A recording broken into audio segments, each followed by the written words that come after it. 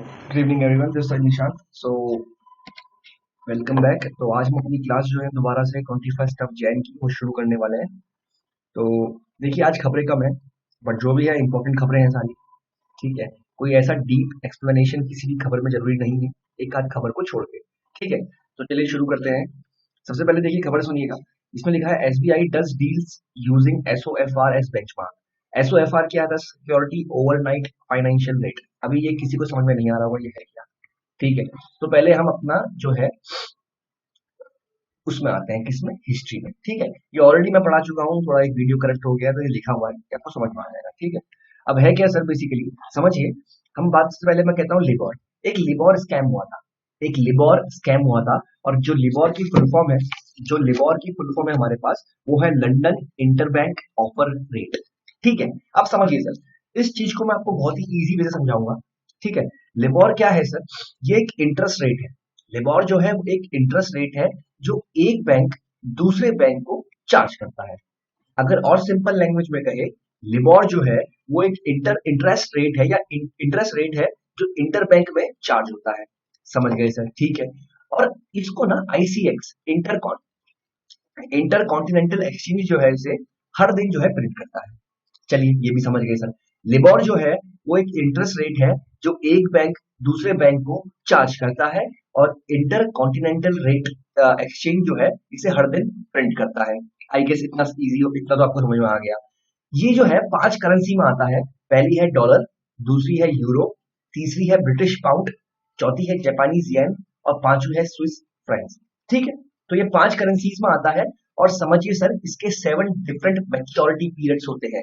एक कोई होता है, मतलब फॉर एग्जांपल एक हो गया ओवरनाइट, एक हो गया 1 महीने का, एक हो गया 2 महीने का, एक हो गया 3 महीने का, एक हो गया 4 महीने का, 6 महीने का, सो ऑन। तो बेसिकली इसके क्या है? 7 डिफरेंट मैच्योरिटी पीरियड है, एंड वेरी लाइक ये 5 करेंसी में आता है। अब समझिए 5 करेंसी में आया है एंड 7 डिफरेंट मैच्योरिटी पीरियड है। एक करेंसी में 7 डिफरेंट पीरियड होंगे, दो में भी 7 होंगे, तो टोटल कितना लिबोर रेट हमारे पास आएगा सर? 35 लिबोर रेट्स हमारे पास आएगा। आई होप इतना मैथ्स तो आपका अच्छा होगा ही। ठीक है, मैं दोबारा बोल रहा हूँ, एक बार रिपीट कर रहा हूँ। लिबोर कुछ नहीं है, जो एक बैंक दूसरे बैंक को चार्ज करता है इंटरेस्ट रेट इंटर बैंक में, उसे हम कहते हैं लिबोर। और इंटर कॉन्टिनेंटल एक्सचेंज जो है हर एक दिन जो है इसे प्रिंट करता है या पब्लिश करता है। 5 करेंसीज में आता है, 7 डिफरेंट मैच्योरिटी पीरियड्स होते हैं, एंड जो है 35 डिफरेंट लिबोर रेट्स हमारे पास टोटल आता है। चलिए आगे बढ़ते हैं। ठीक है, अब सर आईसीएक्स क्या है ना? आईसीएक्स अब क्या करता है, ये रेट्स, लिबोर रेट कैसे आता है? ठीक है, ये पूछता है, आईसीएस पूछता है किससे? मेजर ग्लोबल बैंक से। जितने भी मेजर ग्लोबल बैंक है ना ऑल ओवर दी वर्ल्ड, ये आईसीएक्स इनसे पूछता है कि आप जो है दूसरे बैंक को शॉर्ट टर्म में लोन देते हैं किस इंटरेस्ट रेट पे। समझ में आया? पूछता है कि किस इंटरेस्ट रेट पे आप जो है दूसरे शॉर्ट टर्म बैंक्स को लोन देते हैं। ये किससे पूछता है? ये मेजर ग्लोबल बैंक से पूछता है। और कौन पूछता है? ये पूछता है आईसीएक्स। चलिए ठीक है, अब क्या है ना सर, ये हो गया। अब क्या है कि समझिए, एक ग्लोबल बैंक ने कहा कि सर मैं चार्ज करता हूं 5%, दूसरे ने कहा 4%, तीसरे ने कहा 3%, चौथे ने कहा 2%, पांचवे ने कहा 1%, एंड सो ऑन। समझ रहे हैं? इन्होंने आईसीएक्स ने लिबोर निकालने के लिए जो है मेजर ग्लोबल बैंक से पूछा कि भाई, आप अगर दूसरे बैंक को लेंड करते हैं तो आप शॉर्ट टर्म में उसे कितना इंटरेस्ट रेट चार्ज करते हैं, जिसको देख के हम उसका लाइबोर निकाल लें और एक स्टैंडर्ड सबके लिए आ जाए। लेकिन क्या है, जो बैंक है डिफरेंट डिफरेंट बैंक है, तो उन्होंने डिफरेंट डिफरेंट बताया। किसी ने कहा कि हम 5% चार्ज करते हैं, किसी ने कहा हम 4% चार्ज करते हैं, किसी ने कहा हम 3% चार्ज करते हैं, किसी ने कहा हम 2% चार्ज करते हैं, और किसी ने कहा हम 1% चार्ज करते हैं, एंड सो ऑन। समझ रहे हैं? अब ये करता क्या है, इसका पैटर्न क्या है? जो ये मैक्सिमम है ये उसे हटा देगा, और जो मिनिमम है ये उसे हटा देगा। जो बचा हुआ है ना, जो जो बचा हुआ बीच के है, ये उसका एवरेज निकाल लेगा। और जो उसका एवरेज आएगा ना सर, उसे हम कहेंगे लाइबोर। लाइबोर रेट हम कह सकते हैं। समझ में आया? इतना आपको समझ में आया सर या नहीं आया? आई होप समझ में आपको इतना आ गया होगा। चलिए अब हम आगे बढ़ते हैं। ठीक है सर, अब इसकी इक्विवेलेंट जो है ना, हर एक कंट्री में अलग अलग है। मैं सिर्फ इंडिया की बात करता हूँ। इंडिया में जो हम यूज करते थे ना, इंडिया में जो इसके इक्विवेलेंट था वो था माइबॉर। वो क्या था? वो था माइबॉर। उसे हम कहते हैं मुंबई इंटरबैंक ऑफर रेट। क्या? Mumbai interbank offer rate. चलिए, ये समझ में आ गया हमें। चलिए, इतना भी समझ में आ गया। इंडिया में इसको माइबॉर करते हैं। अब सर इसमें कंट्रोवर्सीज क्या आई, समझिए। सबसे पहले बताते हैं इसकी इंपॉर्टेंस क्या है। अब आप समझिए सर कि माइबॉर की इंपॉर्टेंस क्या क्या हो सकती है। आप खुद समझिए इसकी इंपॉर्टेंस क्या क्या है। जो माइबॉर है, लाइबॉर से आप कह सकते हैं, इंडियन वर्जन जो है माइबॉर है, इसकी इंपॉर्टेंस क्या क्या है सर। जैसे मानिए माइबॉर चल रहा है 6%, तो 6% हमारा हो जाएगा बेस, और प्लस माइनस 2, 3, 4 जो बैंक का है प्रॉफिट, और जिसे हम कहते हैं स्प्रेड, और फिर जो है इंटरेस्ट रेट चार्ज होगा। समझ रहे हैं? किसे?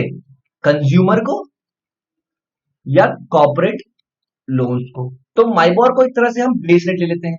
पहला सर इंपॉर्टेंट इसका ये हो गया।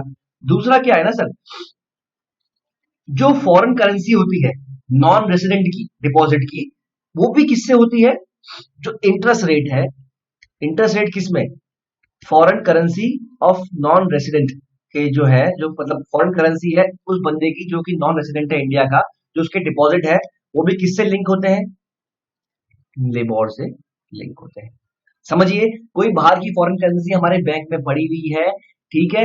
इन केस ऑफ इंडिया की बात कर रहा हूं सर मैं। The interest rate on foreign currency non resident deposit have been linked to LIBOR by RBI. मतलब जो डिपॉजिट्स पड़े हुए हैं फॉरेन करेंसी में, हमारे नॉन रेसिडेंट डिपॉजिट जो है, जो हमारे नॉन रेसिडेंट मेंबर्स हैं उनके डिपॉजिट जो पड़े हुए हैं हमारे पास, उनके जो इंटरेस्ट रेट जो डिफाइन होते हैं वो किससे होते हैं? आईबोर से। इन शॉर्ट सर, अगर किसी को ये समझ में नहीं आ रहा है और कोई इकोनॉमिक के बैकग्राउंड से नहीं है, तो सिंपल आप इतना समझिए, जो लाइन मैं कह रहा हूं बस आप वो समझ लीजिए, आपको एटलीस्ट न्यूज क्लियर हो जाएगी। न्यूज क्या है? बैंक जो है ये लाइबोर या माइबोर, माइबोर इंडियन वर्जन, लाइबोर जो है इंटरनेशनल वर्जन, जो है उसमें जो है स्प्रेड ऐड करता है। स्प्रेड होता है बैंक का जो खर्चा वर्चा होता है, एंड देन बैंक जो है इंटरेस्ट रेट निकालता है, जो कि कंज्यूमर और कॉर्पोरेट लोन्स को ही देता है। इतना आपको समझ में आया? अब समझिए, अगर जो माइबॉर है ये ज्यादा होगा, अगर माइबॉर जो है ज्यादा होगा तो क्या होगा? इंटरेस्ट रेट भी ज्यादा होगा। देखिए, विजिबल है ना। अगर 6% को मैं 8 कर देता हूं, तो 8 प्लस कुछ हो जाएगा, तो ऑब्वियसली बात है बढ़ जाएगा। तो जितना माइबॉर बढ़ेगा उतना इंटरेस्ट बढ़ेगा, और जितना माइबॉर घटेगा उतना इंटरेस्ट घटेगा। समझ रहे हैं? तो इंटरनेशनल जो वर्ल्ड है, जो कि पोलराइज नहीं है, वो ये चाहेगा कि इंटरेस्ट रेट कम हो। ठीक है, तो वो क्या करेगा? माइबॉर के रेट्स को कम करना चाहेगा, या लाइबॉर के रेट्स को कम करना चाहेगा। अब सर यही तो स्कैम है। स्कैम ये है सर, अब समझिए स्कैम क्या है। स्कैम ये है, जब आईसीएक्स ने मेजर ग्लोबल बैंक से कहा, ठीक है, जब आईसीएक्स ने मेजर ग्लोबल बैंक से कहा कि भाई आप लोग कितना इंटरेस्ट चार्ज करते हैं अदर बैंक्स को, तो इसने जो अपना इंटरेस्ट रेट बताया वो बताया ज्यादा, एग्जैक्ट करके ज्यादा होकर के बताया। उससे क्या हुआ? जो ये है ये बढ़ गया, और देन उससे क्या हो गया? स्प्रेड बढ़ गया, और अल्टीमेटली इंटरेस्ट रेट बढ़ गया, और बैंक का जो है प्रॉफिट बढ़ गया। समझ में आया? तो अल्टीमेटली किसकी क्रेडिबिलिटी या किसकी साख खत्म हो गई? आईसीएक्स की। इसकी साख जो है खत्म हो गई। तो अब क्या कर रहा है हमारा एसबीआई? एसबीआई जो है वो स्विच कर रहा है किसमें? एसओएफआर में, सिक्योरिटी ओवरनाइट फाइनेंसिंग रेट। ये रेट का एसबीआई जो है इस्तेमाल करेगा। समझ रहे हैं? It is a replacement for USD LIBOR that may be faced out at the end of 2021। तो आई गेस इस न्यूज का हमने पूरा पोस्टमार्टम किया है। आई होप आपको ये न्यूज समझ में आई। बाकी इस न्यूज में कुछ नहीं है सर। ये एक अच्छा सा बहुत अच्छी चीज कही है हमारे सुप्रीम कोर्ट जज ने, sorry chief justice of India ने। ठीक है, मिस्टर बोबड़े साहब जो है इन्होंने बहुत अच्छी चीज कही है, और ये आप हमारे जो यूपीएससी एस्पिरेंट है उनके लिए बहुत ही मतलब महत्वपूर्ण है, और एक तरह से कह सकते हैं कि ये ऐसी लाइन है जो कि हम अपने मेंस के आंसर में भी कोट कर सकते हैं। समझ रहे? तो मुझे एक मिनट दीजिएगा, ये मेरा नॉट रिस्पॉन्डिंग हो गया है। अब रिस्पॉन्डिंग कर रहा है सर, अब रिस्पॉन्ड कर रहा है। चलिए देखिए, इसमें इन्होंने कहा है, it has become almost a cultural thing to brand people and malign their reputation. ये बेसिकली बात कर रहे हैं सर एक एक्सपर्ट कमेटी की। ये बेसिकली बात बात कर रहे हैं एक एक्सपर्ट कमेटी की, जो कि फॉर्म की है सुप्रीम कोर्ट ने to hear the dispute between the farmers and the government. वो बेसिकली जो मेंबर्स हैं, 4 मेंबर्स हैं, और कहा गया है कि वो जो 4 के 4 मेंबर हैं, उन्होंने एक टाइम इस बिल को डिफेंड किया था। चलिए पढ़ लेते हैं। It has become almost a cultural thing to brand people while lashing out articles hinting the possibility of bias on the part of the members of the expert committee constituted by the Supreme Court to intercede between the protesting farmers and the government. I hope it clear हो गया है। उस committee की बात कर रहे हैं जो सुप्रीम कोर्ट ने बनाई है फार्मर्स और गवर्नमेंट के बीच में मध्यस्थता करने के लिए, या कह सकते हैं एज अ इंटरलॉक्यूटर, जो कि इस बिल की ओर को पढ़ेगा, कहेगा इस बिल में जो हो रहा है वो एक्चुअली फार्मर्स के लिए अच्छा है या नहीं है। ठीक है, चलिए, तो ये कह रहे हैं सर एक कल्चर सा बन गया है कि हाँ वो कर रहे हैं। अब इन्होंने अच्छी बात यहाँ कही है सर कि देखिए, इन्होंने ये बात यहाँ पर कही थी, यहाँ पर कही है। अभी ये देखिए मेरा जो कर्सर है वो देखिए, ठीक है, एक minute, that you don't want people to have opinions. Sir हर एक आदमी का अपना ओपिनियन होता है। अब ये समझिए ये कितना इंपॉर्टेंट बात इन्होंने कही है, और ये बात एक तरह से इंस्पिरेशन भी है हमारे लिए। इवन दी बेस्ट जजेस हैव ओपिनियंस। जो बेस्ट से बेस्ट जज होता है ना सर, उसका भी अपना एक पर्सनल ओपिनियन होता है। Though he give a judgment mentioned against his own personal opinion. हो सकता है कभी कभी जजमेंट वो ऐसा दे जो उसके पर्सनल ओपिनियन के खिलाफ हो सकता है कि मेरा ओपिनियन कुछ और है, लेकिन जो विटनेसेस हैं, जो सबूत है, वो कुछ और कह रहे हैं। तो कहीं ना कहीं मेरा ओपिनियन तो अलग है, but I am giving the judgement according to the law. समझ रहे हैं? तो ऐसा तो है नहीं कि मेरा ओपिनियन गलत है या मेरा मुझे ओपिनियन नहीं रखना चाहिए। तो वही कह रहे हैं कि इवन द बेस्ट जजेस हैव ओपिनियंस, तो he can give a judgement against his own personal opinion. समझ रहे हैं? तो यही ये कह रहे हैं सर, हो सकता है कि उनका ओपिनियन पहले था, बट अभी वो एक कमिटी का पार्ट है। They are here, they are मतलब जो उनको रखा है बाय लॉ रखा गया है, एंड उनका ओपिनियन अलग चाहिए सर। अभी वो जो है वो बिल्कुल बिना बायस के काम करेंगे। और उन्होंने एग्जाम्पल भी दिया सर, एक मेंबर थे भूपिंदर सिंह मान, जिन्होंने अपने आप को रेस्क्यू किया था इस कमेटी से। और ये बोल रहे हैं कि आपने बिना सोचे हुए कह दिया कि वो जो है बिल्स के साथ में थे और इसलिए उन्होंने पीछे बैकआउट किया है। बट समझिए जो मान साहब है, उन्होंने खुद ही कहा था कि हमें मॉडिफिकेशन चाहिए किसमें, farm laws. Can you say he in the favour of the laws. तो इन शॉर्ट सर ये कहना चाह रहे हैं, we have the right to form opinion. हमारा ओपिनियन बनाने का राइट है। इसका मतलब ये नहीं है कि हमारा ओपिनियन कहीं ना कहीं हमारे डिसीजन मेकिंग को चेंज करेगा। वही इन्होंने एग्जाम्पल जो है जजेस का किया है। तो सर ये बहुत ही अच्छी बात कही है, और हमारी मीडिया में कह सकते हैं, ठीक है, ये हमारा जो इलेक्ट्रॉनिक मीडिया है उसमें एज एन लाइक ये पैटर्न बन गया है सर। और ये हम न्यूज बहुत टाइम से पढ़ भी रहे हैं कि बायसनेस है, कमिटी बनी है। अंडरस्टैंड सर, जो लोग कमिटी में है ना, they are the best of best. वो अपने फील्ड में बेस्ट ऑफ बेस्ट है, तभी वो कमिटी में आए हैं sir. And you can't doubt the ability of best. अगर आप उनकी एबिलिटी को डाउट करते हैं सर, एंड रिमेंबर जो भी जजमेंट सुप्रीम कोर्ट के जज देते हैं, दे आर ऑल्सो ह्यूमंस। उनके भी जो है अपने खुद के ओपिनियन होते हैं, और यही जो है आपके बोबड़े साहब बता रहे हैं। चलिए आगे बढ़ते हैं सर। तो ऐसा जी अच्छा एक न्यूज थी, ठीक है। एक सर ये भी अच्छी न्यूज है, इसको देखिएगा, ये पीटी के लिए इंपॉर्टेंट क्वेश्चन है। पीटी मतलब यूपीएससी पीटी के लिए बड़ा इंपॉर्टेंट क्वेश्चन है। Karnataka tops NITI Aayog innovation index, ठीक है। ये क्या है? कर्नाटक ने नीति आयोग का जो है इनोवेशन इंडेक्स जो है वो टॉप किया है। सेकंड एडिशन है सर इसका, ये सेकंड एडिशन था। तो मैं डायरेक्ट आपको लिस्ट दिखा देता हूँ जो कि आपके लिए इंपॉर्टेंट है। लिस्ट देखिए, जो मेजर स्टेट्स है उसमें कर्नाटक फर्स्ट पे है, दूसरा महाराष्ट्र है, तीसरे में तमिलनाडु है। पहले एडिशन में तमिलनाडु सेकंड पे था, महाराष्ट्र थर्ड पे था। अभी जो है ये 3 है, इन तीनों को आपको याद होना चाहिए सर। पहले शुरू के 3 जो है वो आपको याद होने चाहिए, कर्नाटक, महाराष्ट्र, तमिलनाडु। और नॉर्थ ईस्ट और हिल स्टेट में जो है, नॉर्थ ईस्ट और हिल स्टेट में जो है उसमें हिमाचल प्रदेश जो है पहले पे है, उत्तराखंड दूसरे पे है, मणिपुर तीसरे पे है। ठीक है सर।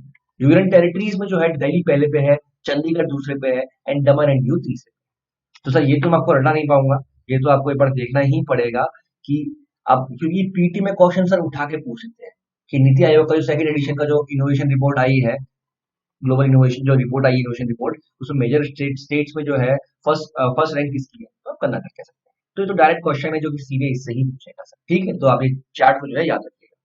बाकी एक चीज बताना चाहूंगा, जो पैरामीटर्स होते हैं ना, ये 5 इनेबल पैरामीटर्स पे डिफाइन होता है।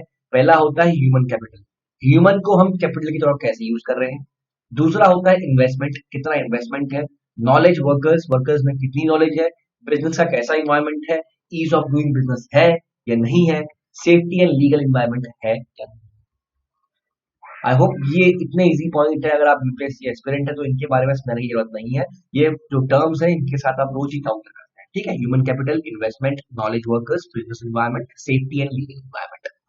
चलिए, तो आई गेस ये न्यूज खत्म हो चुकी है, ठीक है। एक बड़ा ही डेवलपमेंट हुआ है सर कंट्रोवर्सीज को लेकर, जो कंट्रोवर्सी हमेशा से फॉलो कर रही है कि फार्म बिल को रिपील कीजिए, फार्म बिल को रिपील कीजिए। अल्टीमेटली सेंटर ने कुछ ऐसा किया है जिससे कि एटलीस्ट थोड़ी राहत जो है फार्मर्स को मिली।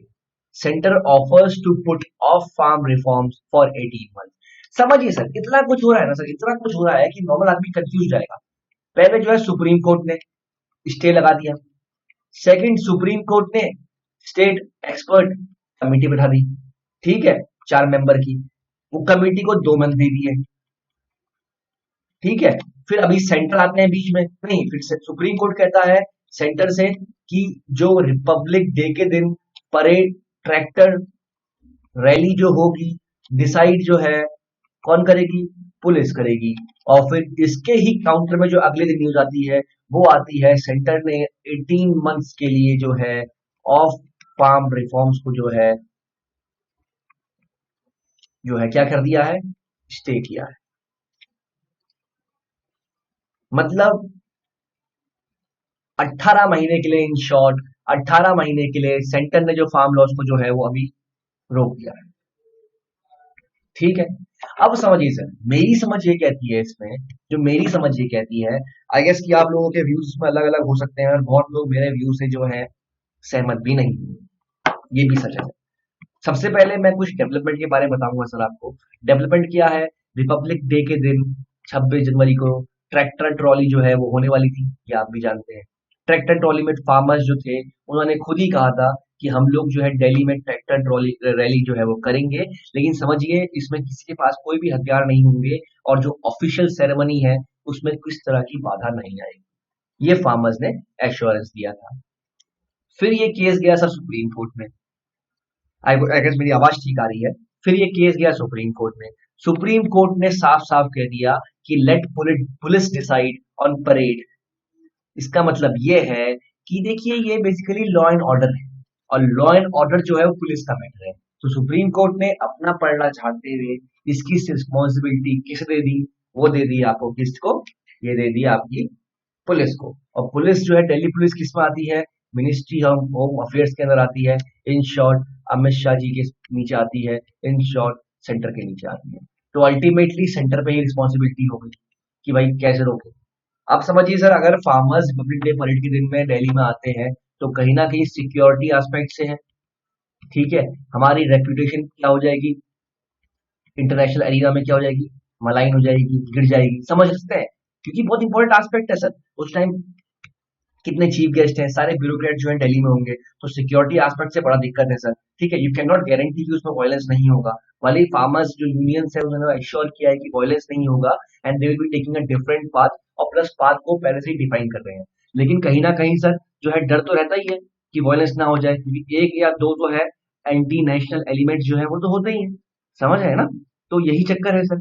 फिर क्या हुआ सर, अब क्या हुआ, दूसरा क्या है कि सर उस टाइम जो है एंटायर वर्ल्ड की जो आंखें होती है हमारी जो है सेरेमनी में होती है, और उस टाइम अगर हमारा जो मीडिया है वो ये रिफ्लेक्ट करता है कि दिल्ली में जो है पैरेलल में एक फार्मर प्रोटेस्ट भी हो रहा है, तो कहीं ना कहीं हमारी रेपुटेशन को ये मलाइन करता है, समझ रहे हैं। तो ये बहुत ही इंपॉर्टेंट चीज थी हम लोगों के लिए। और सिंस देखिए सर, हम फार्मर्स को पावर दिखा के ओवर पावर नहीं कर सकते, सिंस जो उनका राइट टू प्रोटेस्ट उनका राइट है, राइट टू प्रोटेस्ट उनका राइट है। एंड इसके अपार्ट सारा प्रोटेस्ट वो खुद ही कह रहे हैं कि जो है नॉन मतलब वायलेंस तो बिल्कुल नहीं होगा, समझ रहे हैं, नॉन वायलेंट होगा। तो एटलीस्ट सेंटर ने 18 मंथ की डेडलाइन जो है वो हटा दी है। 18 मंथ तक कोई भी फार्म बिल जो है वो इम्प्लीमेंट नहीं होगा, बाकी वो क्लॉज टू क्लॉज से पड़ेगी। अब देखते हैं सर इसमें फार्म यूनियंस का क्या रिएक्शन रहता है, तो इसको हम क्लोजली फॉलो करेंगे, ठीक है। और मेरे हिसाब से जो ये रिफॉर्म जो सेंटर ये चेंज लाया है, ये बेसिकली ट्रैक्टर रैली को रोकने के लिए लाया है। ये मेरी इंडिविजुअल समझ कहती है, शायद आप मेरे पॉइंट ऑफ व्यू से जो है एक साथ कंकरेंट नहीं हो सकते, या आप मेरे पॉइंट ऑफ व्यू से आप सहमत नहीं भी हो सकते हैं, बट मेरा पॉइंट ऑफ व्यू यहाँ पर ये है, ठीक है। न्यूज तो मैंने आपको बता दी। डेवलपमेंट कैसे कैसे हुआ। चलिए अब देखिए ना, हमने कल भी पढ़ा था सर, कुछ स्टेट्स हैं, कर्नाटक हो गया सर, पौंडीचेरी हो गया सर, कुछ स्टेट है जहां पर जो है लो टर्न आउट आ रहा है, किसमें, वैक्सीनेशन में। ठीक है, अब सर दो चीजें हैं, पहली जो है हेसिटेंसी है, दूसरी सर क्या है, स्टेट की वेट एंड वॉच पॉलिसी है। ये सब मैंने पढ़ाया सर आपको, ठीक है। दूसरी क्या है, स्टेट की वेट एंड वॉच पॉलिसी है, ठीक है। तीसरा क्या है सर, कोवैक्सीन को लेके लोगों में दिक्कत है, ठीक है। तो ये कुछ तीन चार पॉइंट्स है जिसको लेके जो है लो टर्नआउट हो रहा है। अब कहीं ना कहीं इसमें एक और फैक्टर जुड़ता है, वो है कोविन। कोविन जो प्लेटफॉर्म है, ऑनलाइन प्लेटफॉर्म है सर, जो ट्रैक करता है वैक्सीनेशन को, या कितने लोगों को वैक्सीन लगा दी है या रजिस्टर करने के लिए ट्रैक करता है। कोविन के बारे में पढ़िएगा सर, ये इंपॉर्टेंट क्वेश्चन हो सकता है इस बार का। लेकिन ये कोविन जो प्लेटफॉर्म है, जो ऑनलाइन प्लेटफॉर्म है, इसमें जो है कहीं ना कहीं ग्लिचेस आ रहे हैं, ऐसा कहना है सर कर्नाटक गवर्नमेंट का। इनका कहना है कहीं ना कहीं जो है कोविन में जो है, इसमें जो है ग्लिचेस आ रहे हैं, कहीं ना कहीं सही से काम कर नहीं रही है। हो सकता है सर इसमें ओवर बर्डन हो गया, तो कहीं ना कहीं ऐप जो है स्लो है, जिससे क्या हो रहा है, इससे जो वैक्सीनेशन ड्राइव है वो हल्की हो जा रही है, समझ रहे हैं। तो कहीं ना कहीं क्या हो सकता है कि कर्नाटक गवर्नमेंट जो है कहीं ना कहीं एक कह सकते हैं एक्सक्यूज ये भी दे रही है कि जो ऐप स्लो है जिसकी वजह से हम नहीं कर पा रहे हैं। एग्जाम्पल देते हैं सर, उन्होंने कहा the portal was not allowing us to enter the names of the healthcare workers who could get vaccinated, he said। समझ रहे हैं, तो कहीं ना कहीं उसका नाम भी नहीं फीड कर पा रहे हैं ये, तो कैसे होगा, समझ रहे हैं। तो को अब हमारे पास तो ऑलरेडी ऑप्शन थे, हेसिडेंसी हो गया था, वेट एंड वॉच पॉलिसी कि पहले क्या है, सरकार ने कहा वॉलंटरी है भाई, आपको आना है तो आओ, नहीं आना है मत आओ। अब लोग क्या कर रहे हैं, वेट एंड वॉच कर रहे हैं, दूसरों को देख रहे हैं कि उन्हें कुछ नहीं हो रहा है, तब हो जाएंगे। तीसरा कोवैक्सीन को लेके हमारे अंदर हमेशा से दिक्कत है कि कोवैक्सीन का जो है फेज 3 जो है ट्रायल खत्म नहीं हुआ है, एफिकेसी पता नहीं है, तो क्या पता है वैक्सीन कैसी होगी। अब चौथा इसमें क्या आ गया, कोविड। ये जो ऐप है इसमें ग्लिचेस शो हो रहे हैं, ये हल्की है। हो सकता है सर कि ये इतना एक बार में इतना बर्डन झेलने लायक जो है भी सकते हैं, इसमें जो है ये हैंग कर रही होगी। तो कहीं ना कहीं हमारे जो इंस्टीट्यूशन है, इन्हें ये ऐप के जो ग्लिचेस हैं उसको हटाना पड़ेगा, जिससे कि हमारा वैक्सीनेशन ड्राइव जो है वो सही से चले, ठीक है। तो ऐसा कोई ये न्यूज इतनी इंपॉर्टेंट नहीं। हाँ सर, ये थोड़ा सा इंपॉर्टेंट है sir, biomedical waste sites must get authorization, NGT asks CPCB, Central Pollution Control Board, to ensure compliance। चलिए, ये न्यूज बेसिकली, ये न्यूज मेरे मतलब की नहीं है, लेकिन बस जो इसमें एक टर्म है ना, बायोमेडिकल वेस्ट, या आप साइड में जोड़ लीजिए, ये टर्म मेरे लिए बहुत इंपॉर्टेंट है। और इनफैक्ट यूपीएससी का आप कह सकते हो, यूपीएससी का आप कह सकते हो सर, ये ये फेवरेट टर्म है। चलिए अब क्या है सर, सॉरी, यूपीएससी का जो है ये फेवरेट टर्म है। चलिए माफ कीजिएगा सर, थोड़ा इश्यू आ गया था। चलिए अब हमारा अगला देखते हैं क्या है। अब देखिए सर, बायोमेडिकल वेस्ट क्या है, पहले तो हम कुछ ये देखते हैं कि बायोमेडिकल वेस्ट क्या है। बायोमेडिकल वेस्ट क्या है सर, बायोमेडिकल वेस्ट है comprises human and animal waste treatment like needles, syringe, and other material used in healthcare facilities in the process of treatment and research। जो बायोमेडिकल वेस्ट है, ये क्या है, ह्यूमन और animal दोनों का कंप्राइज करता है, ठीक है। और ट्रीटमेंट में जो यूज होता है ना आपका, नीडल्स हम जो इंजेक्शन लगाते हैं, जो उसकी नीडल्स होती हैं, सीरिंज जो होती हैं, और कोई मटेरियल जो हेल्थ केयर फैसिलिटीज में यूज होता है in the process of treatment या रिसर्च में, ठीक है।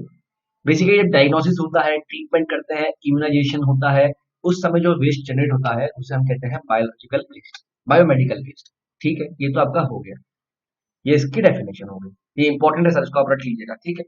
अब सर इससे दिक्कत क्या है, समझ रहे हैं। अब समझिए, the quantum of waste generated in India is estimated to be 1.2 kg per bed per day in hospital. 1 से 2 kg एक बेड पे एक दिन में वेस्ट निकलता है। समझ सकते हैं सर आप, कितने बेड हैं, कितने हॉस्पिटल, आई गेस हम सोच भी नहीं पाएंगे, समझ रहे हैं। अब 85% क्या होता है ना सर, हैजार्डस नहीं होता है, वेरी लाइक 15% जो है इन्फेक्शियस भी होता है और हैजार्डस भी होता है। अब जो बचा हुआ 15% जो इन्फेक्शियस है, ये बचे हुए पूरे जो उसको है, पूरे के पूरे को क्या करता है, हैजार्डस कर देता है।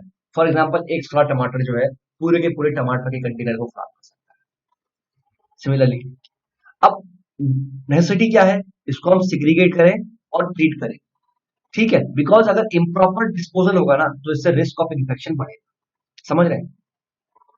अब इन शॉर्ट मैं कह सकता आपको कहता हूं बायोमेडिकल वेस्ट क्या है, ये ऐसा वेस्ट है जो कि एनिमल और ह्यूमन एनाटॉमिकल वेस्ट है, या तो ये ऐसा वेस्ट है जो कि हॉस्पिटल से निकलता है किस दौरान, जब हम डायग्नोस करते हैं, ट्रीटमेंट करते हैं, इम्यूनाइजेशन करते हैं, जो नीडल्स होती है, सीरिंज होती है, ये सब क्या है, बायोमेडिकल वेस्ट है। और अब स्टडी कहती है, ये देखिए कि 1.2 केजी निकलता है एक बेड से एक दिन में, 1 से 2 केजी। मैं सर मिनिमम मानता हूं, मैं 1 केजी मान लेता हूँ, 1 केजी निकलता है एक बेड से एक हॉस्पिटल में। मान लेते हैं कि एक अच्छे हॉस्पिटल में कितने 300 बेड है, तो 300 केजी निकल रहा है एक हॉस्पिटल से। कितने हॉस्पिटल है सर पूरे इंडिया में, आप समझिए, तो कितना वेस्ट हम पर डे जो है जनरेट कर रहे हैं। प्लस उसमें से जो है अगर 100% है, 15% वेस्ट जो होता है वो इन्फेक्शियस होता है, बाकी 85% जो है सर वो नॉन हैजार्डस होता है। अब जो बचा हुआ है ना वो बाकी को जो है खराब कर देता है। जैसे टमाटर का एग्जांपल होता है कि एक सारा टमाटर जो है पूरे के पूरे कंटेनर को खराब कर सकता है, same goes here as well, ठीक है। तो हमें क्या करना है, इसको अलग करना है, आपस में इन वेस्ट को अलग अलग करना है, प्लस क्या करना है, इसका रिस्क जो है इन्फेक्शन का वो कम करना है, समझ गए सर। अब क्या है ना, बायोमेडिकल वेस्ट को हमने 4 पार्ट में डिवाइड किया है, ये आप डस्टबिन को याद रखिएगा sir. Exam point of view के अलावा आपकी कॉमन लाइफ में अगर आप इसे फॉलो करते हैं तो कहीं ना कहीं आप अपने इन्वायरमेंट, अपने कह सकते हैं इन्वायरमेंट के लिए, ठीक है, बहुत कुछ जो है कंट्रीब्यूट कर रहे हैं, प्लस ह्यूमैनिटी के लिए, तो ये आपका एक मॉरल ऑब्लिगेशन भी होता है, ठीक है। हमने 4 बिन डिसाइड किए हैं, red bin, yellow bin, blue बिन और ब्लैक बिन। रेड बिन जो होता है ना सर, उसमें हम क्या डालते हैं, हमने क्या प्रेफर किया है, उसमें हम डालते हैं सर प्लास्टिक वेस्ट। जो येलो बिन है उसमें हम डालते हैं इन्फेक्शियस वेस्ट। जो ब्लू बिन है उसमें हम डालते हैं ग्लास बॉटल्स, और इसमें हम डालते हैं नीडल विदाउट सीरिंज, ठीक है। अब प्लास्टिक वेस्ट क्या हो गया सर, सीरिंज, सिर्फ सीरिंज कह रहा हूँ, नीडल नहीं, उसमें सीरिंज प्लास्टिक की होती है, सीरिंज हो गई, प्लास्टिक बॉटल्स हो गई। येलो बिन में क्या है, इन्फेक्शियस वेस्ट, जैसे बैंडेड हो गया, कॉटन हो गया, प्लेसेंटा हो गया जिसमें खून लगा हुआ है, समझ रहे हैं आप। ब्लू बिन क्या है सर, इसमें क्या है, डिस्कार्डेड मेडिसिन है ग्लास बॉटल में, मतलब जो ग्लास बॉटल में जो मेडिसिन जो डिस्कार्ड हो चुकी है, ठीक है। चौथा है सर ब्लैक बिन, इसमें नीडल्स है विदाउट सीरिंज, नीडल्स है जिसमें सीरिंज नहीं, तो सीरिंज जो प्लास्टिक है वो तो आपका रेड बिन में आ गया। वेर ब्लैक बिन में क्या आ गया, सिर्फ नीडल आ गई, जो मेटल के सारे आते हैं। तो red bin, yellow bin, blue bin and black bin, इन 4 को आप याद रखिएगा। इसके अलावा सर एक असाइनमेंट मैं आपको दे रहा हूं, वो आप याद रखिएगा, बायोमेडिकल वेस्ट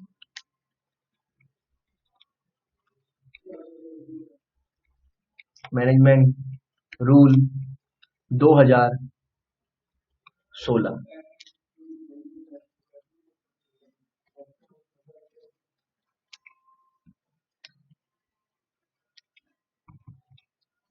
ठीक है।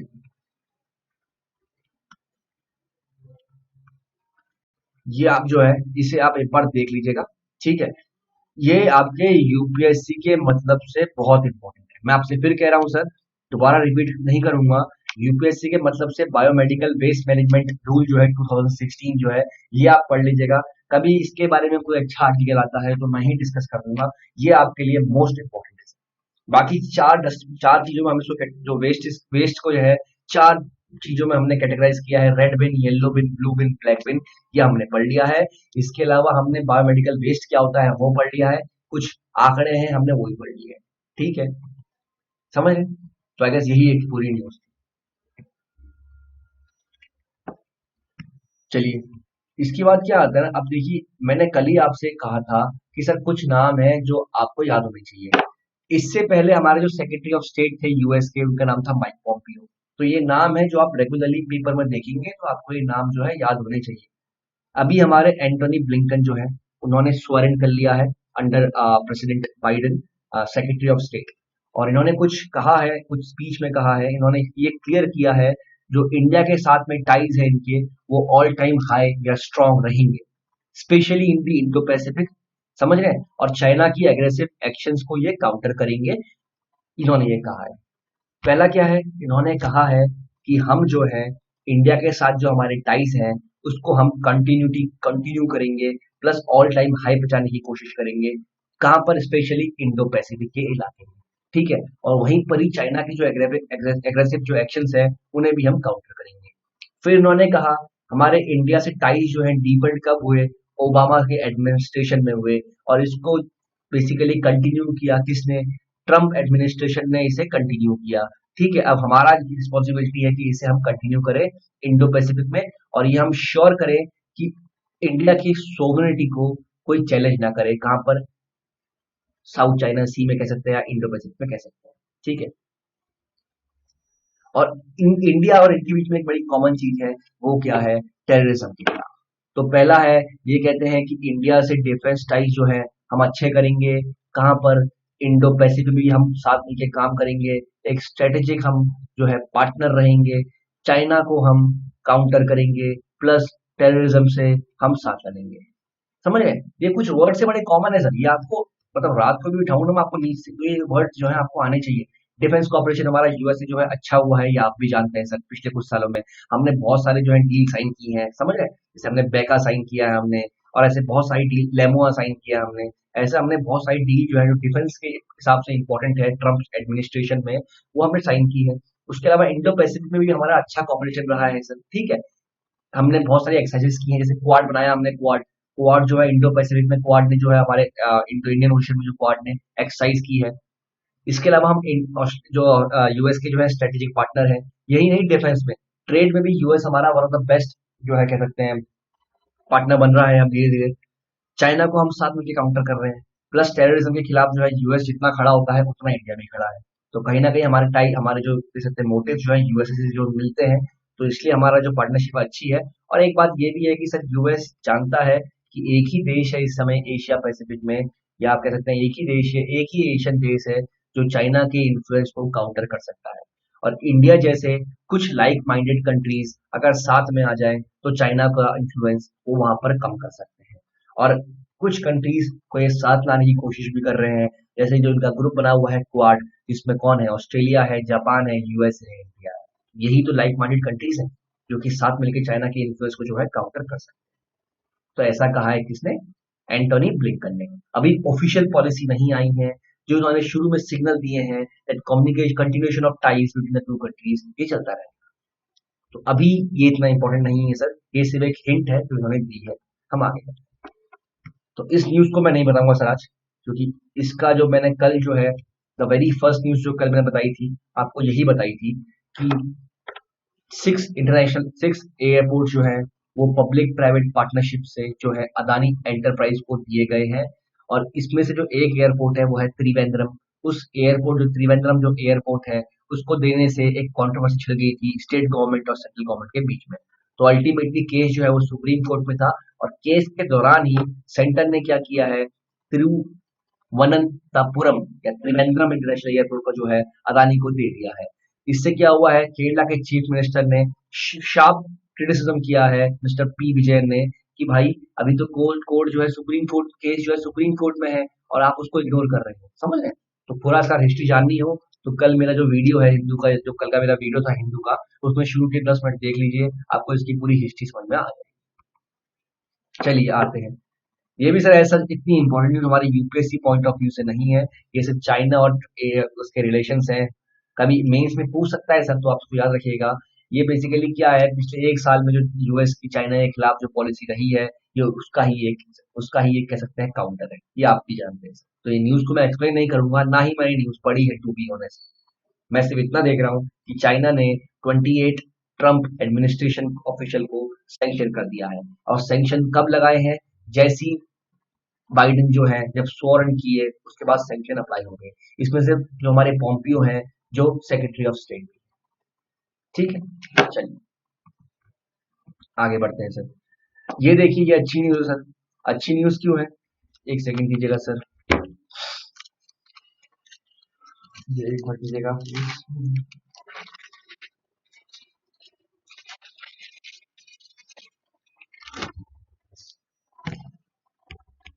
सर। ये अच्छी न्यूज इसलिए है क्योंकि इसमें इंडिया क्या कर रहा है?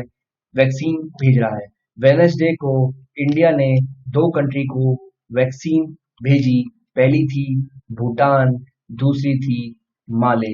भूटान को इंडिया ने भेजे sir 1.5 lakh doses, whereas Maldives को इन्होंने भेजे हैं 1 लाख डोजेस। जो ये है, ये पूरा जो है ये ग्रांट है, समझ रहे हैं? आप समझिए, इंडिया आगे वैक्सीन जो है अपनी कंट्री और कंट्रीज को भेज रहा है, नेबरिंग कंट्रीज को साउथ एशिया की। लेकिन पहला जो कंटेनर था, जो पहला जो फ्लाइट थी, भूटान पहुंची और इवनिंग में पहुंची कहाँ? माले में। भूटान को इंडिया दे रहा है 1.5 लाख वैक्सीन दे रहा है, डोजेस दे रहा है किसकी? कोविशील्ड की, और एक ग्रांट के तौर पे है। वेरिन लाइक माले जो है उसको 1 लाख डोजेस दी है ग्रांट के तौर पे। और इन दोनों के जो हेड ऑफ द स्टेट है, उन्होंने कहीं ना कहीं इंडिया को थैंक यू कहा है। वेरिन माले में क्या हुआ है सर, माले के जो फॉरेन मिनिस्टर थे, जब उन्होंने वैक्सीन को रिसीव किया उसके बाद उन्होंने एक स्टेटमेंट भी दिया है सर, जो बहुत ही अच्छा स्टेटमेंट है, सुनने में मजे भी आए थे मुझे। देखिए, it's a gift from India, India has proved to be a solid friend of the Maldives. India एक ने प्रूव किया है कि वो मालदीव्स का बहुत सॉलिड फ्रेंड है। इंडिया ने हमें सपोर्ट तब भी किया था जब हमारे स्टूडेंट जो है वुहान में फंस गए थे, ठीक है? और इन डिफिकल्ट सर्कमस्टांसेस में इंडिया ही पहली कंट्री है जिसने हमें वैक्सीन को सप्लाई किया है। तो हम इंडिया को थैंक करते हैं उसके सपोर्ट के लिए हमारे हर एक चैलेंजिंग मोमेंट्स में। समझ रहे हैं आप इस बात को, कि इंडिया ने उनके बच्चों को वुहान से भी बाहर निकाला था जब वुहान में कोरोना वायरस जो है शुरू हुआ था। तो इंडिया माले की दुश्मनी, सॉरी, दोस्ती जो है एक अलग लेवल पे जा रही है। तो इस पे आप ध्यान रखिएगा, यूपीएससी की नजर भी इस पे होती है। इसके अलावा भूटान तो आप जानते ही हैं, हमारा ऑल वेदर फ्रेंड है। उसको हमने 1.5 लाख डोजेस दिए हैं भूटान को, तो वो तो हमारा ऑल वेदर फ्रेंड है ही सर, वो आप भी जानते हैं, ठीक है? ये हो गया। इसके अलावा सर हमारी जो वैक्सीन है, ठीक है, हम वैक्सीन गिफ्ट और करेंगे। हम करेंगे 1 मिलियन वैक्सीन गिफ्ट करेंगे हम किसे सर? नेपाल को करेंगे। देखिए यहाँ कहीं लिखा होगा, मैं हिंदी पढ़ रहा था, मुझे एक मिनट दीजिएगा। India will gift 1 million vaccine of Covishield to Nepal and 2 million doses to Dhaka. देखिए, हमने भूटान को फ्री में दी शुरू में, जो इनिशियल स्टेज है। फिर हमने मालदीव को हमने ग्रांट दिया, उसके बाद हम नेपाल को ग्रांट देंगे 1 मिलियन का। फिर हम ग्रांट देंगे किसे? ढाका को ग्रांट, मतलब ढाका को हम देंगे क्या ग्रांट देंगे? 2 मिलियन डोजेस का। तो कहीं ना कहीं समझिए, इंडिया जो है, इंडिया की जो एक पॉलिसी है राइट, एक्ट नेबर पॉलिसी हम कह सकते हैं, या एक्ट नेबर के हम, तो हम बेसिकली ये प्रूव कर रहे हैं सर। और हम चाहते हैं कि ये पेंडेमिक से वर्ल्ड या एशिया जो है बहुत जल्दी बाहर निकले, और वो हम प्रूव भी कर रहे हैं, right? We are basically trying to be a leader, और हम इस पॉइंट पे हम बहुत ही अच्छा काम कर रहे हैं, and we as an Indian should be really proud of it. समझ रहे हैं आप इस बात को? तो न्यूज़ नॉर्मल है सर कि हमने वैक्सीन दे दी है, भूटान और जो है आपका माले में पहुंच चुकी है। इसके अलावा हम अभी नेपाल और ढाका को थर्सडे को भेजेंगे, ठीक? थर्सडे मतलब वो आज जा चुकी है ये बेसिकली, ठीक है? तो कल की पेपर में वो आ जाएगी। चलिए, ये हमारा हो गया है। ये एक न्यूज़ कल की भी थी सर, ये आप देखिए, एक न्यूज़ कल की, जिसको जिसको याद है, जो मेरे साथ कंटिन्यूटी बना बना के चल रहा है, उसे याद भी होगी। इंडिया जो है अपने नेबर्स को वैक्सीन अप्लाई कर रहा है। अफगानिस्तान को देंगे हम, पाकिस्तान को से कोई रिक्वेस्ट नहीं आई है। मालदीव को हम देंगे, तो वहां तो 1 लाख डोजेज जो है जा चुकी है। श्रीलंका को अभी हम देंगे, अभी तक नहीं गया है।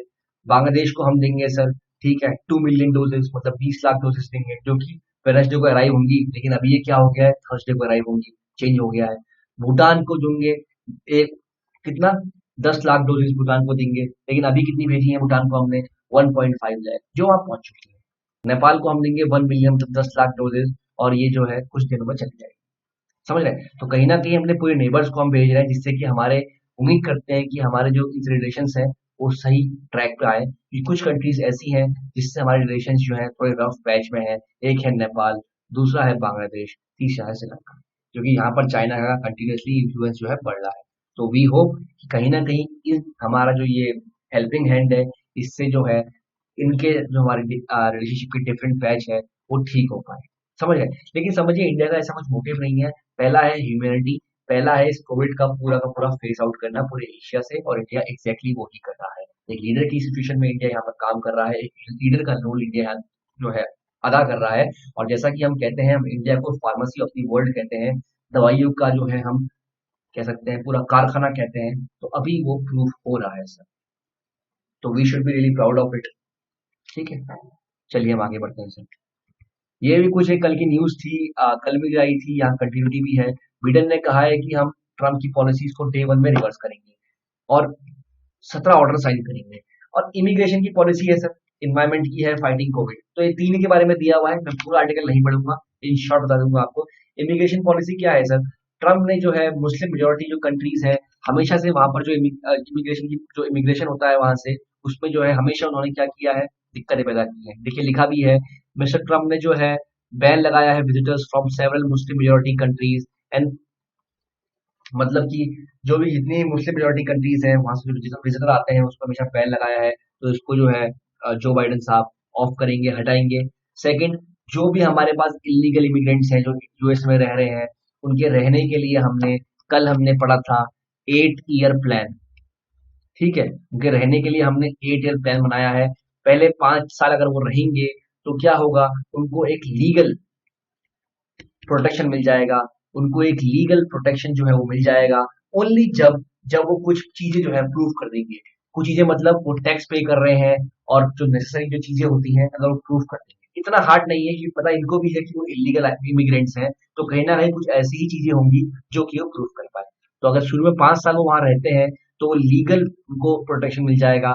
एंड देन अगर 3 साल और रहते हैं तो ऑटोमेटिकली नेचुरलाइजेशन से उनको जो है सिटीजनशिप मिल जाएगी। तो ये 8 ईयर का पाथ था जो कल जो बाइडन ने डिस्क्राइब किया था।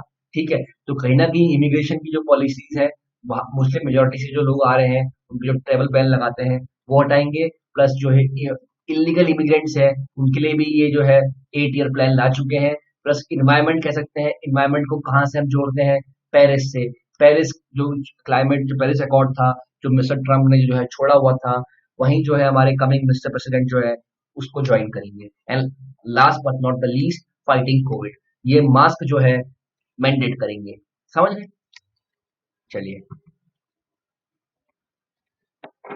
ये तो वही है सर कि बाइडेन साहब ने जो है 46 प्रेसिडेंट ऑफ इंडिया ये स्वर्न हो चुके हैं। चलिए इससे आगे बढ़ते हैं फिलहाल। हाँ, ये एक न्यूज़ है, स्टेट स्पेसिफिक न्यूज़ है सर। और यूएससी जो है, यूपीएससी जो है बेसिकली आपका स्टेट की जो स्कीम्स है उनके बारे में कम ही पूछता है। लेकिन फिर भी सर अच्छी स्कीम है तो आई थॉट इसको जोड़ लेता हूँ एक बार, क्योंकि यू नेवर नो, सबका क्वेश्चन आ जाए। स्कीम अच्छी है, बहुत ही अच्छी है, लेकिन कहीं ना कहीं इसका जो इम्प्लीमेंटेशन है वो नहीं हो पा रहा है। ठीक है, तो आप मुझे एक मिनट दीजिएगा सर, मैं इसकी स्कीम जो है बता देता हूँ।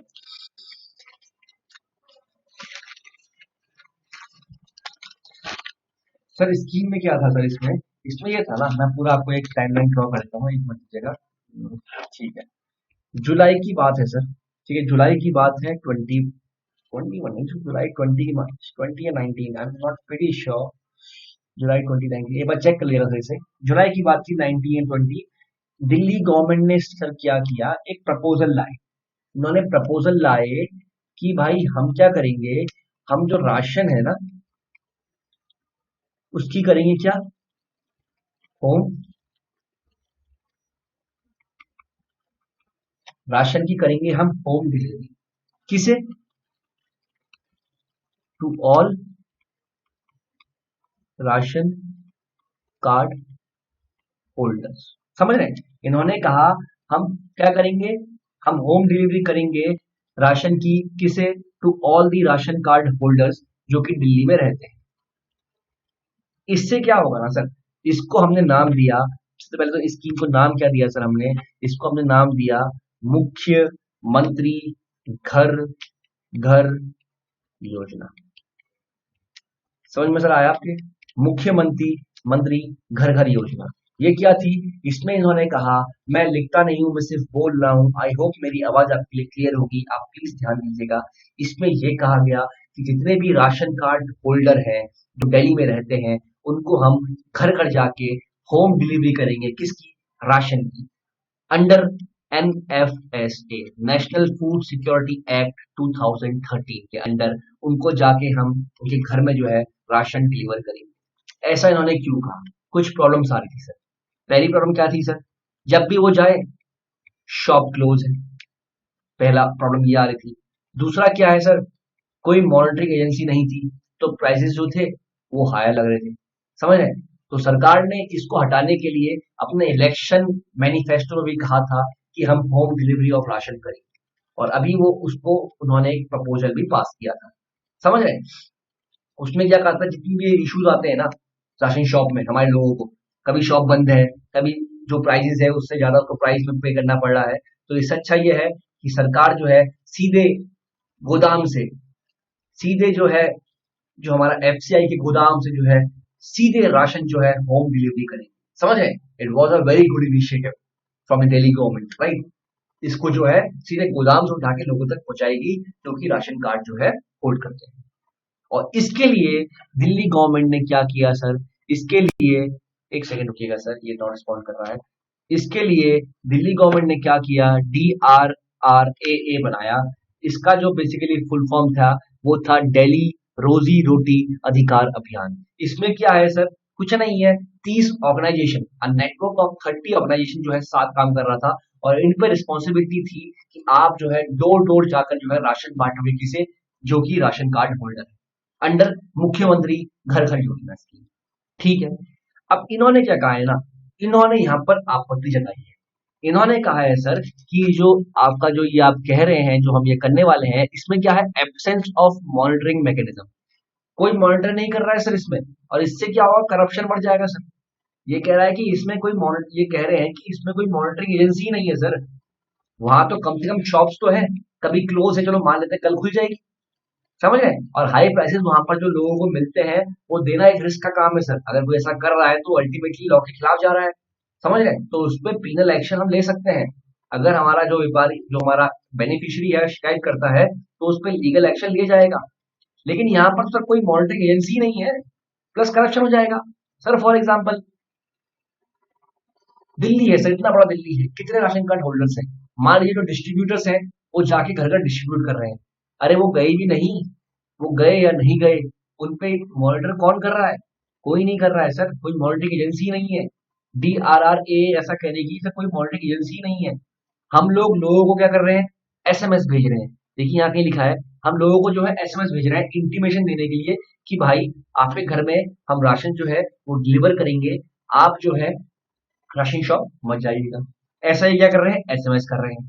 समझ रहे हैं? आप समझिए सर, दिल्ली में नियरली 80 लाख हाउस होल्ड है, ठीक है, जिनके पास राशन कार्ड है। ठीक है। लेकिन उसमें से कितने लोग ऐसे हैं जिनके पास जो है मोबाइल फोन ही नहीं है? जिनके पास मोबाइल फोन ही नहीं है। 80 लाख हाउस होल्ड हैं जिनके पास राशन कार्ड है। लेकिन अगर मैं एक रफ नंबर लूं तो अराउंड 10 लाख लोग तो ऐसे होंगे जिनको मोबाइल फोन ही नहीं है, तो उन्हें पता भी नहीं है क्योंकि घर में राशन डिलीवर हो रहा है। समझ रहे हैं? और एब्सेंस ऑफ मॉनिटरिंग मैकेनिज्म से क्या होगा सर? करप्शन बढ़ेगा और कुछ नहीं होगा। अब समझिए, 2000 राशन शॉप है दिल्ली में, हम ढंग से सिर्फ 2000, 2000 राशन शॉप कहाँ है? दिल्ली में। और 2000 राशन शॉप दिल्ली में है, एंड तब भी हम कंप्लेन करते हैं कि भाई कभी शॉप क्लोज है और वो जो है हाई प्राइस लगा रहा है। इसका मतलब क्या है कि हम उसको मॉनिटर नहीं कर पा रहे हैं। सिर्फ 2000 शॉप्स को हम दिल्ली में मॉनिटर नहीं कर पा रहे हैं। तो समझिए, जब लाखों वॉलंटियर्स घर घर जाके सामान को छोड़ के आएंगे, उस केस में क्या उनको मॉनिटर करना, इज इट पॉसिबल और not? To be honest, as an individual point of view, it is really impossible. Yeah, it is going to be a tedious task. समझ रहे हैं? तो आई गेस ये न्यूज आपको क्लियर हो चुकी होगी सर मैं क्या कहना चाह रहा हूँ। और आखिरी जो न्यूज है हमारे पास, ये सर हिंदू डेली एनालिसिस में मुझे न्यूज नहीं मिली। क्या इंडिया ने बेसिकली सिंगापुर के साथ एक पैक्ट साइन किया है, डिफेंस पैक्ट। तो ये न्यूज सर मैं कल ले लूंगा, कल सबसे पहली न्यूज जो है मैं इसे ही ले लूंगा। सिंगापुर की सिर्फ लोकेशन बताता हूँ मैं आपको सर। ये सुमात्रा है, ये इंडोनेशिया की 4 आइलैंड है, सुमात्रा हो गया, ठीक है। जकार्ता तो कैपिटल थी पहले, अभी जकार्ता को जो है शिफ्ट कर रहे थे बोर्नियो में, ठीक है। सुमात्रा ये हो गया सर, ठीक है। यहाँ बाली हो गया, बोर्नियो, और ये कौन सा है? जावा है। 4 आइलैंड, आइलैंड किसके हो गए आपके सर? इंडोनेशिया के हो गए। जकार्ता को हम यहाँ शिफ्ट करने की बात कर रहे थे, कहाँ? बोर्नियो में। हो गई नहीं होगी, मैंने उसको फॉलो नहीं किया, आप फॉलो कीजिएगा, क्योंकि जकार्ता जो है यहाँ से खुद डूब रहा था, तो इसे कहते, ये मतलब अंडर सी जा रहा था, तो इस कैपिटल को यहाँ शिफ्ट करने की बात कर रहे थे। सिंगापुर कहाँ पर है सर? मलेशिया एक कंट्री है जो कि 2 पार्ट में डिवाइड है, east west Malaysia and east Malaysia. जो वेस्ट मलेशिया है उसके टिप में आप यहाँ देखिए, यहाँ एक कंट्री है सिंगापुर। तो इंडिया ने एक डिफेंस पैक्ट साइन किया है, किसके साथ में? सिंगापुर के साथ में। उस डिफेंस पैक्ट का नाम मैं आपको बता देता हूँ सर, बाकी उसका डीप एनालिसिस जो है वो मैं कल करूंगा, ठीक है। मैं ऑलरेडी उसके नोट्स जो है बना लिए हैं, तो उसका एक एनालिसिस मैं कल कर लूंगा। लेकिन बाकी जो पैक्ट साइन किया है वो क्या किया है? Submarine rescue support and cooperation, submarine rescue support and corporation. ठीक है, ये एक पैक्ट साइन किया है हमने किसके साथ में, सिंगापुर के साथ में। अभी जिसको नहीं समझ में आया सर वो छोड़ सकता है न्यूज, क्योंकि कल जो है मैं पहली न्यूज आपको यही बताऊंगा। ठीक है, बाकी मैप लोकेशन आपके लिए बहुत इंपॉर्टेंट है यूपीएससी पॉइंट ऑफ व्यू से। ठीक है, तो चलिए sir, that's it for today sir. आज थोड़ी खबरें कम थी, तो आई गेस हमें समय भी कम लगा होगा। एक बार चेक कर लेते हैं सर कितनी हमारी क्लास हो गई है। हाँ ठीक है सर, नॉर्मल उतनी ही हो गई है। चलिए, that's it for today sir. Take care, bye, good night, sleep.